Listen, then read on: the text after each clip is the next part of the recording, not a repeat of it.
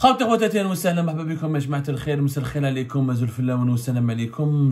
vous allez bien, j'espère que vous vous portez bien.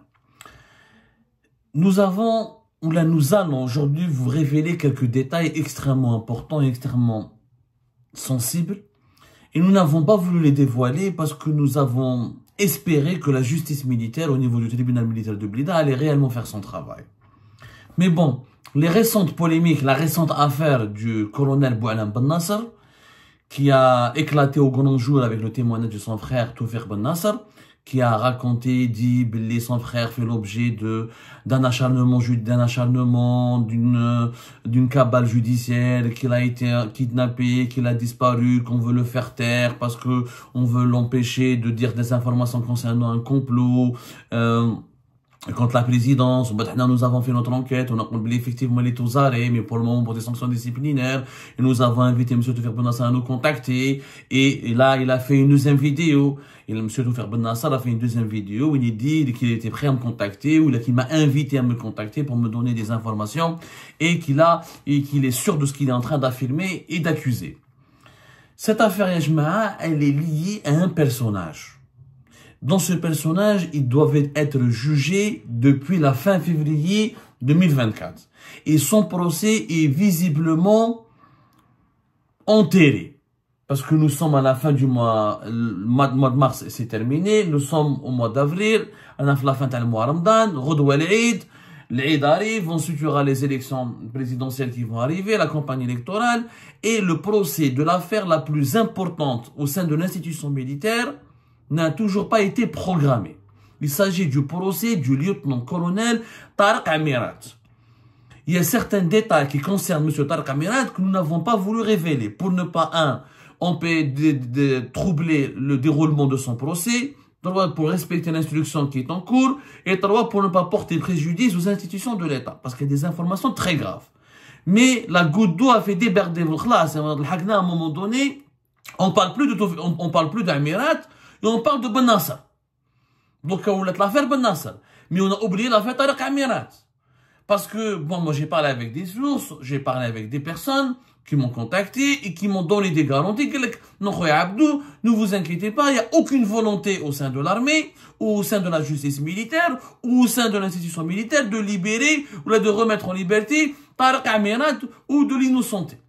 À partir de ce moment-là, pourquoi son procès n'a pas eu lieu encore?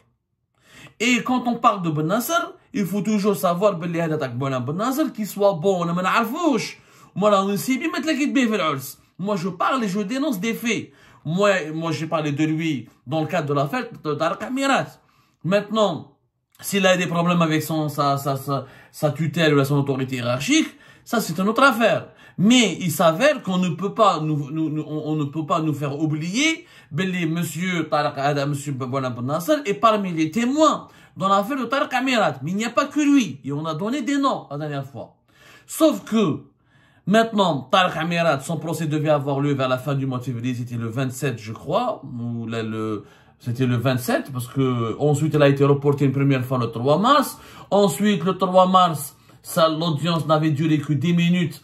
Et il a été reporté en présence des témoins, de l'inculpé qui était sur le banc des accusés et de certaines personnes qui sont placées sous contrôle judiciaire, comme le général-major Zid Ali Oulzmili, l'ex-patron de la DCSA, de la Direction centrale de la sécurité de l'armée de 2020-2022, où depuis le report du 3 mars, plus aucune nouvelle. Mais où l'affaire Tariq Amirat est un scandale que certains veulent étouffer. C'est ça le problème.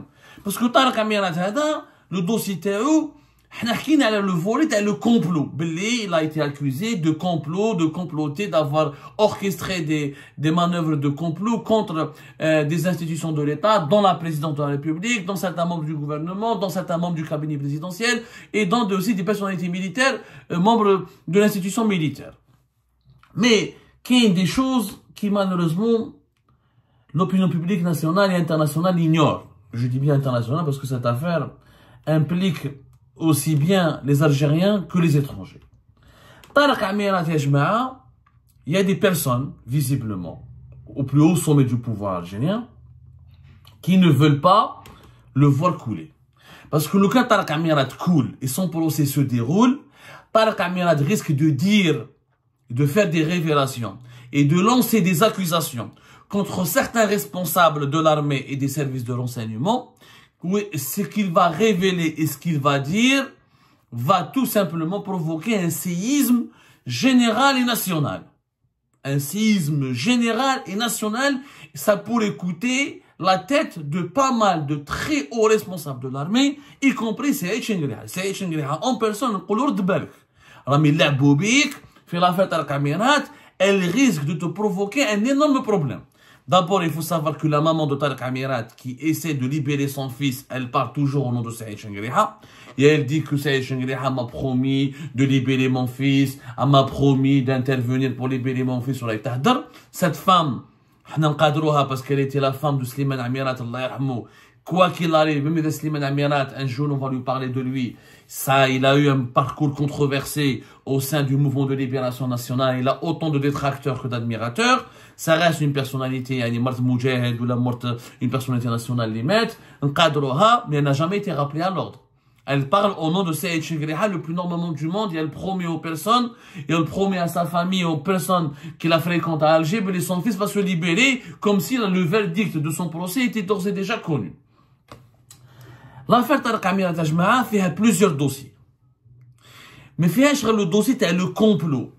Le fameux réseau de comploteurs, d'officiers comploteurs qui ont été arrêtés, ce réseau qui a été démantelé à travers plusieurs arrestations menées en été, entre juillet et août, notamment le mois d'août 2022, par les éléments de la DGS, la Direction Générale de la Sécurité Intérieure, l'équipe qui travaille au niveau de la Casa Antar de Ben Aknoun. C'est eux qui ont démantelé ce réseau d'officiers comploteurs, qui utilisaient leurs fonctions et leurs pouvoirs au sein de la DDSE et de la Direction Centrale de la Sécurité de l'Armée pour faire des faux rapports, pour bidonner des rapports, pour faire fuiter des informations qui étaient fausses, ou là pour détourner des rapports confidentiels afin de les manipuler et de les utiliser pour alimenter des campagnes médiatiques contre certains responsables de l'État, dans le but de les discréditer et de provoquer leur chute et de justifier l'ouverture d'enquêtes judiciaires à leur encontre, notamment par le service de la DCSA, la Direction Centrale de la Sécurité de l'Armée.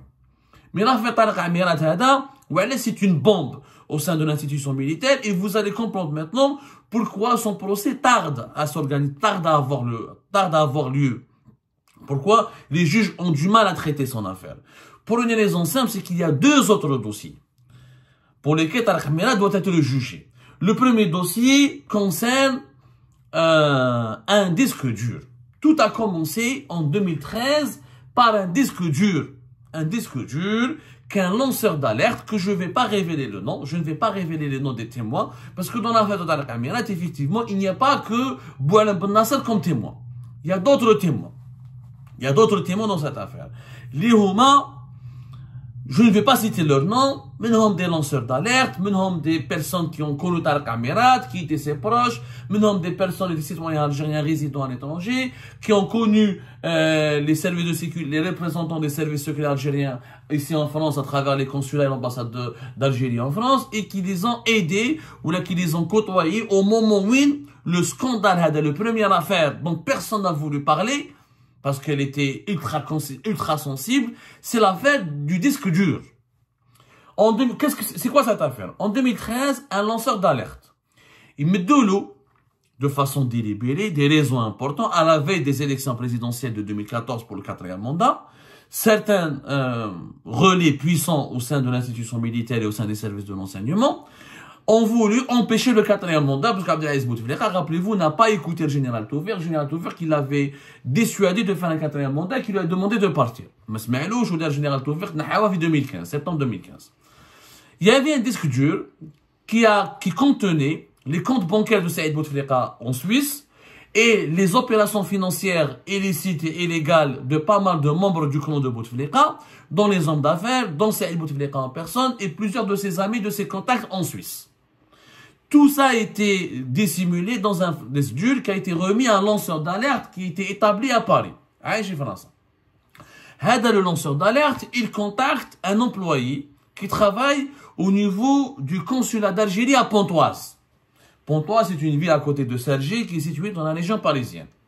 L'employé était un contractuel, mais qui avait des relations avec les services secrets algériens. D'ailleurs, son recrutement au niveau du consulat d'Algérie à Pontoise a été recommandé au ministère des Affaires étrangères par une recommandation, par une lettre officielle qui a été adressée à l'époque entre 2012 et 2013 par les services secrets algériens à travers de l'enseignement extérieur qui était la direction, qui est toujours la direction de la documentation de la sécurité extérieure.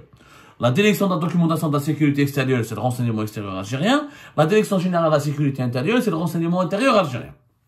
Donc, je vais rester très professionnel. Ne pas citer les prénoms, les noms et les prénoms des témoins, ne pas les compromettre, ne pas les mettre en danger, tout en respectant l'instruction. Mais comme les juges ne veulent pas faire leur travail, et comme je sens il y a une volonté manifeste de libérer absolument Monsieur Tariq Amirati, dont la maman se targue, elle est l'amie de Shengriha, elle veut absolument le libérer. Il était de notre devoir pour protéger la patrie, pour protéger l'intérêt général et parce que Tariq Amirati est un homme extrêmement dangereux. Extrêmement dangereux. S'il venait à être libéré, je vous assure que le pays, sa sécurité nationale, serait gravement compromise parce qu'il a des connexions à l'étranger et en Algérie. Il baigne dans des manœuvres immorales d'une extrême gravité. La preuve, d'être l'affaire, la discussion. Donc, 2014, un lanceur d'alerte contacte l'employé d'un consulat de Pontoise. Le consulat de Pontoise, au début, il a contacté directement Alger, la DDSE. Quand le contact direct était où? C'était Tariq Amirat. À l'époque, en 2013, Tariq Amirat était même pas commandant, il était capitaine. Il travaillait dans un service, c'est la section recherche du renseignement extérieur algérien. Section recherche, c'est comme une brigade de recherche, c'est un service d'enquête et d'investigation. Contacté, le voilà, il y a un lanceur d'alerte qui prétend avoir un disque dur qui contient des preuves accablantes contre les membres de la famille Bouteflika et contre les alliés des membres du clan Bouteflika et qui avec leurs avoirs et leurs opérations bancaires en Suisse. Contacté. En même temps, le lanceur d'alerte, il habitait une zone qui était, il résidait dans une zone qui était proche du consulat d'Algérie à Bobigny. À l'époque, on les consulats d'Algérie, quand l'ambassade, il y a un bureau de sécurité. Chaque consulat a un bureau de sécurité qui est dirigé par un officier des services secrets algériens. Le bureau de sécurité et les consulats sont toujours gérés par la DDSE. Il se trouve qu'à l'époque, en 2013, celui qui dirigeait le bureau de sécurité du consulat d'Algérie à Bobigny de 2010 à 2013, à l'époque, il était commandant, le fameux Boualem Ben Nasser, qui est aujourd'hui colonel et qui a disparu selon son frère. Il fait l'objet d'une arrestation arbitraire pour le faire taire et le faire disparaître parce qu'il dérange, parce qu'il détient des informations de complot contre la présidence. Et selon d'autres sources, il est uniquement aux arrêts parce qu'il a commis des écarts disciplinaires. Quoi qu'il arrive, à l'époque, au moment des faits, quand il a le bureau de sécurité, le consulat d'Algérie à Bobigny. Le premier qui était en contact avec le fameux lanceur d'alerte qui avait le disque dur, c'était Boualem Ben Nasser. Le nom de côté, Hamza. C'était un commandant.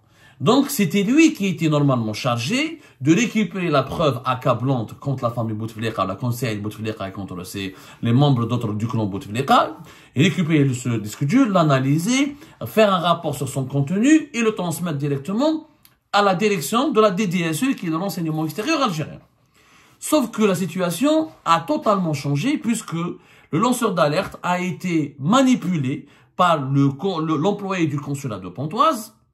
Les Kalou ne le donnent pas à Hamza, ne le donnent pas au commandant Boualem Ben Nasser. C'est moi qui va te mettre en contact avec un officier plus important qui va venir depuis Alger pour traiter avec toi et pour te rencontrer pour récupérer le disque dur. Donc, le disque dur m'a chez Boualem Ben Nasser. Sauf que Boualem Ben Nasser, il savait, parce qu'il avait rencontré le lanceur d'alerte, il a été briefé, il a eu déjà connaissance de l'information, ou là il a eu partiellement en tout cas connaissance de ce qu'il y avait dans ce disque dur en 2013. Mais il n'a pas pu le récupérer. Il devait le récupérer parce que c'était lui le représentant attitré des services secrets. Normalement, Houa, avec Café Bobigny, ou Kane, le responsable des Hakam, le bureau de sécurité dans l'ambassade d'Algérie, à l'époque, c'était normalement, depuis des années, c'était le fameux général Ben Daoud. Mais Ben Daoud, il avait quitté son poste, je crois. Donc, il y avait un autre, j'ai oublié le nom. C'est généralement un colonel ou un général qui dirige toujours le bureau de sécurité de l'ambassade d'Algérie à Paris. C'est un poste stratégique. Toujours le renseignement, les services secrets algériens, vu que la France est un pays particulier, un partenaire important, il y a des millions d'Algériens qui vivent en France, on confie toujours ce poste, le représentant des services secrets algériens en France est toujours un officier influent, important et expérimenté. Et vous allez voir que ça va changer. Et vous allez voir pourquoi. Donc, il y a eu des interventions qui ont influencé via le lanceur d'alerte, via l'employé Tal Pontoise, et le lanceur d'alerte a été convaincu de ne pas remettre le disque dur à Bouala Ben Nasser alias Hamza, et de le remettre à qui? À Tariq Amirat. C'est Tariq Amirat en personne qui va monter depuis Alger, qui va aller à Paris, qui va récupérer le disque dur. Et qui ensuite était censé faire son enquête. Sauf que Tariq Amirat ne va jamais faire d'enquête. Et le disque dur ne va jamais être remis à la DDSE, qui était à l'époque dirigée par le général Youssef, général-major Youssef, Mohamed Bouzid, alias Youssef. Lui, il ne va jamais le donner. Tariq Amirat, son frère, était l'ami de Saïd Bouteflika. Tariq Amirat va profiter de ce scandale pour se rapprocher de Saïd Bouteflika, pour aller le voir et lui dire, voilà, il y a un complot contre toi. Les services secrets ont reçu des informations concernant tes comptes bancaires en Suisse, concernant les opérations bancaires de pas mal de tes amis et de tes alliés en Suisse. Moi, on m'a demandé de faire l'enquête, j'ai récupéré les preuves et sois à ton niveau. Il a rendu service à Saïd Bouteflika. Et c'est comme ça que Mbad, Tariq Amirat, il a obtenu des promotions. Saïd Bouteflika Mbad bat au Rome, bat en Italie, contre le gré du général à l'époque Béchir Tartak, parce que Béchir Tartak n'appréciait pas Tariq Amirat. Tous les services secrets à l'époque ont détesté Tariq Amirat, parce que les services, il a manipulé, il a utilisé son poste au sein des services secrets pour récupérer un dossier compromettant contre Saïd Bouteflika et des personnes du clan de Bouteflika. Il l'a donné à Saïd et il a empêché, il a saboté, il a compromis une enquête d'une extrême gravité concernant les opérations bancaires et les avoirs financiers de Saïd Bouteflika, de pas mal de ses amis et de ses alliés en Suisse. Dans 2013, entre 2013 et 2014. Donc, on aurait pu, bien avant le Hirak, parce que la Suisse a communiqué récemment, en 2020, entre 2022 et jusqu'à 2023, l'Algérie, elle a envoyé pas mal de commissions rogatoires. Il fallait attendre l'année 2023, pour que la Suisse communique officiellement les coordonnées des comptes bancaires de Saïd Bouteflika en Suisse, et où il y a encore 30 millions, l'équivalent de 30 millions d'euros qui sont toujours cachés en Suisse. Et il y a un travail de coopération judiciaire, mais ça, qui a duré des années, qui a duré de 2021 pratiquement, qui a duré de 2020-2021 jusqu'à 2023. Il fallait attendre 2023 pour que les autorités algériennes aient des informations solides ou la concrètes, ou la confirmer sur ce que possède Saïd Bouteflika en Suisse. Mais déjà, ces informations étaient déjà à la disposition des services secrets algériens en 2013. Mais malheureusement, Tariq Amirat, il a trahi son pays, il a trahi son institution, il a fait usage d'un dossier pour ses besoins de carrière. Où Saïd Bouteflika a récompensé, même c'est la première fois pratiquement de l'histoire depuis de très longues années, alors même qu'il n'était même pas colonel, uniquement comme commandant, à le poste du bureau de sécurité de l'ambassade d'Algérie à Paris. C'était entre 2017 et 2019. Toujours Bouteflika Saïd l'a promu. Tartak était contre, mais Tartak ne pouvait rien faire parce que Saïd Bouteflika était plus influent. Et c'est comme ça que Tariq Amirat est devenu puissant. Ça, c'est le premier volet. Mais le problème, c'est que le disque dur, il a disparu. Mais la DDSU n'a jamais pu le conserver, ni le garder. Ben Nasser Bou'alam, qui s'appelait Hamza Boubini, il a sauté de Boubini, parce que il était, ensuite, il a pas pu, parce qu'il était témoin clé de ce dossier. Donc, il est parti vers d'autres postes. Je crois qu'il est parti vers l'Union africaine, il a eu un autre parcours. Tariq Amirat, il a énormément pris des galons. Il s'est construit, il s'est offert une belle carrière parce qu'il est devenu le numéro 1 de l'ambassade du bureau de sécurité de l'ambassade d'Algérie, le poste le plus prestigieux du renseignement extérieur algérien à l'étranger. Même pas ça, le Hirak. Hatta que ça 2019, le Hirak, oui. Tariq Amirat, qui est Saïd Bouteflika son protecteur, Gay Salah et ses réseaux se sont emparés du dossier de Tariq Amirat pendant 6 mois, de l'été 2019 jusqu'à février 2020. Mais le dossier les services secrets algériens le savaient. L'institution militaire le savait. Il n'y a que quelques témoins, le premier lanceur d'alerte, un autre, l'employé du consulat de Pontoise, dont on ne sait pas s'il est encore employé ou pas. Nous sommes en train d'enquêter vers Gérifat. Nous allons vous révéler d'autres informations plus tard. On ne va pas précipiter parce qu'on ne veut pas vraiment, on ne veut pas bousculer ou la violer le secret d'instruction ou la bousculer le processus judiciaire. Mais comme il y a des tentatives d'ingérence dans le processus judiciaire, comme il y a une volonté, un plan pour libérer Tarek Amirat, donc c'est pour nous extrêmement dangereux. Donc, quand à Pontoise, quand à Bouanam Ben Nasser, quand une certaine SIA, qui était civil, mais qui travaillait, on appelle ça un PCA, un personnel civil assimilé, qui travaillait pour les services secrets algériens en tant que civil ici en France, à Paris, bureau de sécurité, le consulat général d'Algérie à Nation, mais qui était au courant de cette affaire, le peu de personnes qui étaient au courant de cette affaire ont été séparés. Certains qui ont accepté le silence et qui ont accepté de manœuvrer ou d'être les complices de Tarek Amirat dans ce détournement de ces pièces à conviction qui constituaient une base importante pour une enquête sur de graves affaires de corruption ont été promus, ont eu des promotions. Et celles et ceux qui ont voulu dénoncer cet abus de pouvoir ou là, ce détournement de ce dossier ou là l'usage extrêmement scandaleusement personnel de ce dossier ont été écartés. Malgré ce dossier, Tarek Amirat qui sort de février 2020, دخلوه dans une autre affaire qui n'a rien à voir avec le disque dur. Tarek Amirat en 2019 دخلوه الحبس parce que il avait juste avant, pendant le Hirak, il avait accompagné une délégation dans la DGSE, dans les services secrets français, qui sont venus à Alger pour faire une rencontre officielle avec les directions, avec les services secrets algériens. Mais on rapporte, j'ai pas eu la preuve à l'époque, j'avais défendu Tarek Amirat. Regardez pour vous dire que je suis juste. Moi, je suis un journaliste juste et clair et sérieux.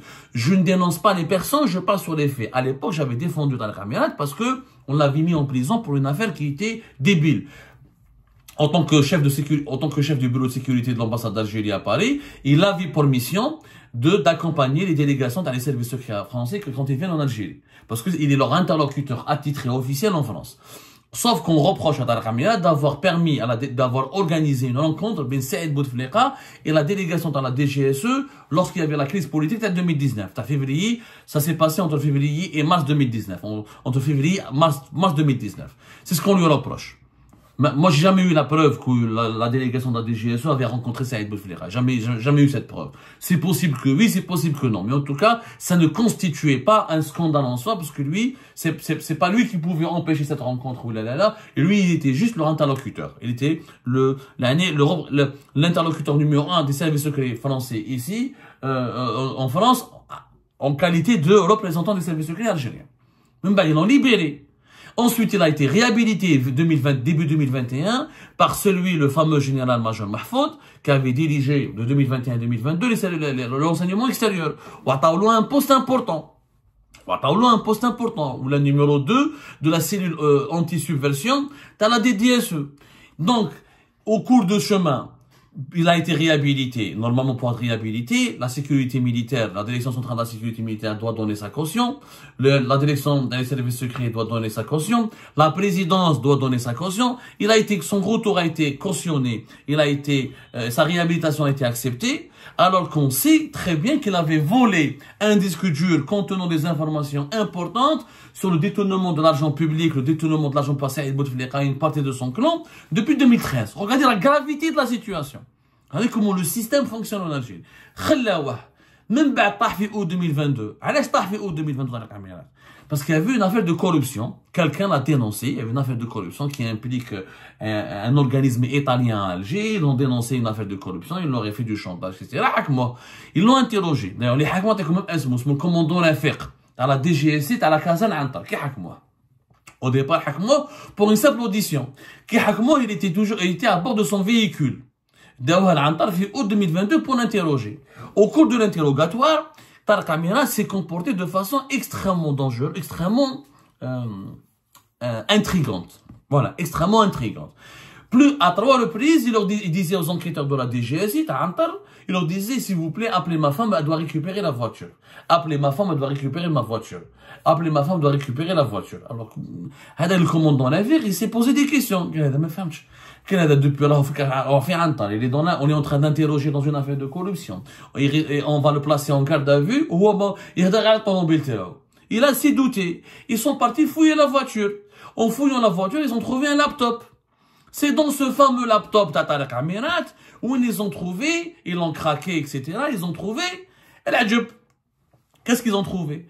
Ils ont trouvé Belli, il rédigeait des lettres anonymes et trafiquait des faux rapports. Il envoyait ces informations à l'étranger, à des personnes installées à l'étranger. Il envoyait ces lettres anonymes et ces rapports à la DCS, à la Direction centrale de la sécurité militaire. Et ce sont des lettres anonymes, des informations qui visent des conseillers de la présidence, des ministres membres du gouvernement, des généraux qui occupent des fonctions au sein de l'armée, des ambassadeurs et des diplomates, des directeurs généraux, des responsables de sociétés publiques. كان داير un complot général. هو بالordinateur تاعو هو يكتب لي lettres anonymes يبعثهم لا دي سي اس ولا يكتب des faux rapports ويبعثهم لا دي سي اس. La DCS ensuite elle ouvre une enquête où elle va justifier son enquête par ces lettres anonymes qui sont adressées par Tarek Amirat. On n'a pas les rapports qui sont adressés par Tarek Amirat, mais la DCS ne savait où, je ne sais pas, est-ce qu'elle était au courant ou pas. Ça, c'est Sidi Ali Wolsmeli qui est placé sous contrôle judiciaire dans cette affaire qui doit nous répondre.